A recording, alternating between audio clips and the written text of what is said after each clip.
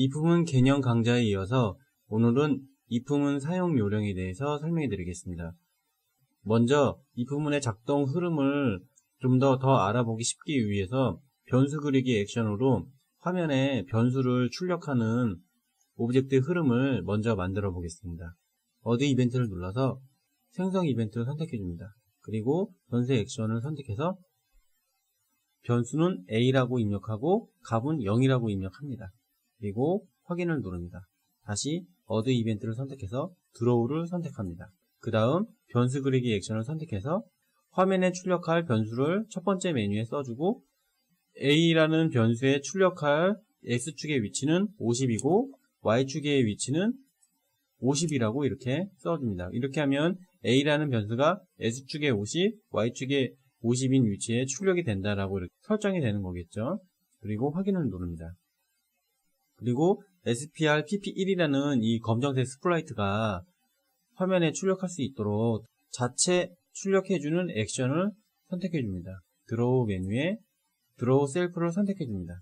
이렇게 해서 드로우 이벤트를 설정해주고 다시 어드 이벤트를 눌러서 키보드 한번 눌렀을 때를 선택해서 숫자 1번 키를 선택해줍니다.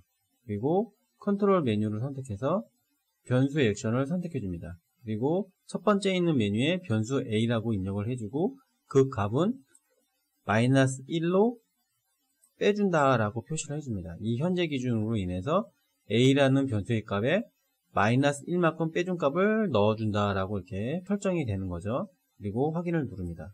다시 어드 이벤트를 선택해서 키보드 한번 눌렀을 때를 선택해서 2번 키를 눌렀을 때를 선택해 줍니다. 그리고 변수 액션을 선택해서 첫 번째 있는 메뉴에 변수 A를 넣어주고 그 값은 수치 1만큼 더해준다 라고 이렇게 현재 기준으로 체크해줘서 설정을 해줍니다. 그리고 확인을 누릅니다. 이렇게 해서 이품문을 좀 더 쉽게 확인할 수 있는 오브젝트의 흐름을 먼저 구축을 했는데요. 테스트를 통해서 확인해 보겠습니다. 화면에 obj pp1이라는 이 오브젝트가 스플라이트가 이렇게 출력이 되고 A라는 변수값이 룸 좌표 S축으로 50, Y축으로 50인 이 위치에 출력이 되고 있죠. 그래서 숫자 1번 키를 누르면 이렇게 현재 변수의 값에서 -1만큼 빠지니까 0에서 -1이 되었죠. 그럼 다시 숫자 2번 키를 누르면 -1에서 1만큼 더하니까 0이 되는 거죠.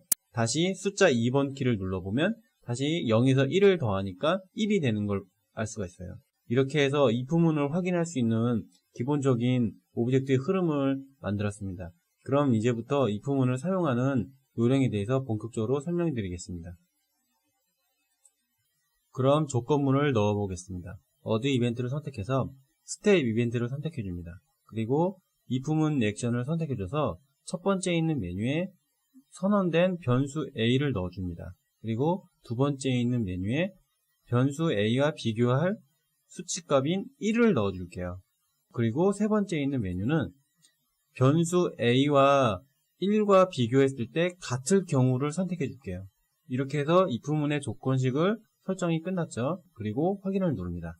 그 다음 메인 메뉴로 이동해서 스플라이트 변경 액션을 선택해 줍니다. 그리고 첫 번째 있는 메뉴에 버튼을 클릭해서 SPR RED라는 스플라이트를 선택해 줍니다. 그리고 확인을 누릅니다.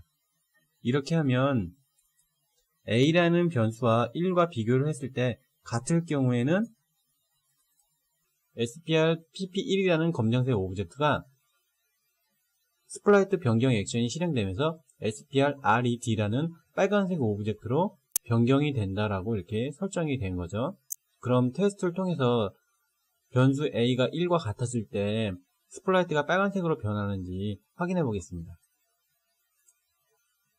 숫자 2번 키를 누르면 이렇게 빨간색 스플라이트로 변경되는 걸 볼 수가 있죠. 그럼 여기에서 A라는 변수의 값과 1과 비교했을 때 같다면 스플라이트 변경 액션을 실행시켜서 빨간색 스플라이트로 변경이 되었어요. 그런데 여기서 이 부분의 조건이 맞지 않는 경우에는 아무 일도 일어나지 않았잖아요.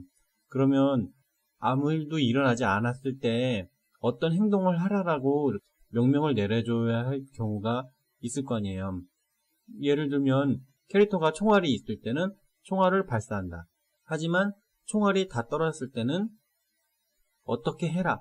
그런 식으로 적용이 된다면 첫 번째 있는 if문의 조건에 맞지 않는다는 행동을 하나 더 만들어줄 필요가 있겠죠. 그래서 if문의 조건이 만족하지 않을 때 실행시키라라는 액션이 따로 존재를 하는데요.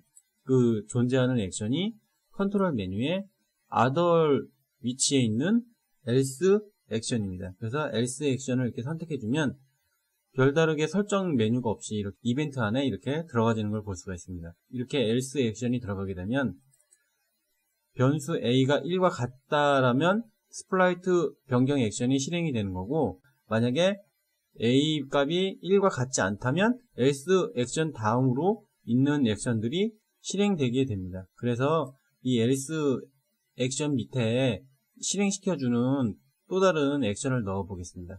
메인 이벤트를 선택해서 스플라이트 변경 액션을 선택해 줍니다. 그리고 스플라이트 변경 액션의 버튼을 눌러서 SPR-BLU이라는 파란색 스플라이트를 선택해 줄게요. 그리고 확인을 누릅니다. 이렇게 하면 A라는 변수가 1과 같을 경우에는 빨간색 스플라이트가 출력이 되는 거고, 만약에 A라는 변수가 1과 같지 않을 경우에는 조건식이 만족하지 않으니까 else라는 액션이 실행되게 됩니다. 그래서 SPR-BLU이라는 파란색 스플라이트가 출력되게 되는 거죠. 그럼 테스트를 통해서 그렇게 출력이 되는지 확인해 보겠습니다.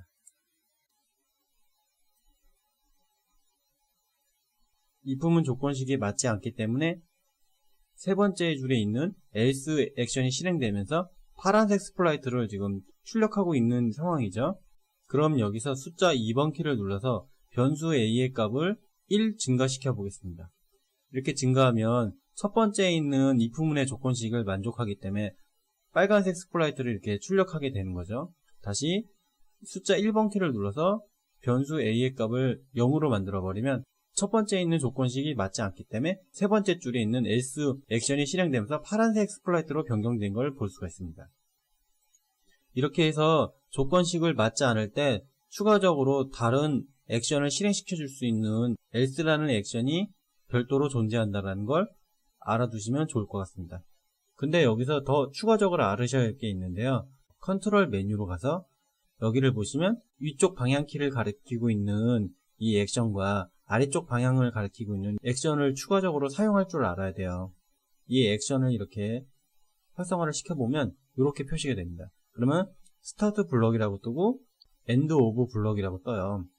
스타트 오브 블럭과 엔드 오브 블럭을 이렇게 클릭을 해서 드래그를 하면 이렇게 이동이 가능합니다. 이렇게 이동을 하면 평소 액션들을 넣을 때랑 다른 모양이 지금 나오고 있죠. 살짝 뒤로 밀려난 모습이 나오죠.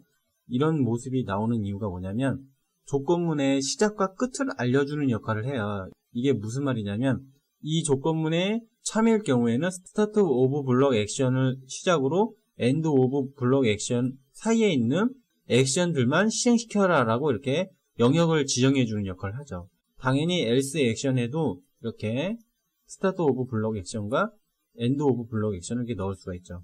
이렇게 하면 참일 경우에는 여기 안에 있는 액션들만 실행되는 거고, 거짓일 경우에는 여기 안에 들어있는 액션들만 실행시켜 주게 됩니다. 그런데 여기서 처음에 스타트 오브 블럭 액션과 엔드 오브 액션을 사용하지 않아도 제대로 작동을 했잖아요. 이렇게 영역을 지정해 주는 이유가 뭐냐면 달랑 액션 4개만 표현할 때는 이렇게 표현 안 해도 개발자 눈으로도 볼 수 있고 컴퓨터도 어디까지가 조건문이고 어디까지가 else 조건문인지 이 파악이 되지만 본격적으로 게임을 만들면 한 이벤트 안에도 몇십 개의 액션이 들어갈 수가 있고 심하면 몇백 개의 액션이 들어갈 수가 있어요. 그럴 때 스타트 오브 블럭 액션과 엔드 오브 블럭 액션으로 조건문의 시작과 끝을 확실하게 알려줘야 컴퓨터도 조건문을 실행시킬 때 어디까지의 액션이 정확하게 실행시켜야 되는지 알 수 있고 개발자도 조건문의 시작과 끝이 어디까지가 끝인지 확실하게 알 수 있기 때문에 아무리 짧은 조건문이라고 해도 스타트 오브 블럭 액션과 엔드 오브 블럭 액션을 사용하는 버릇을 들여놓는 것이 좋습니다. 끝으로 이번 강좌에서 배운 else 액션과 스타트 오브 블록 액션과 엔드 오브 블록 액션에 대한 개념을 확실히 익히시면 이 부분에 대해 더 깊게 이해하실 수 있을 것입니다.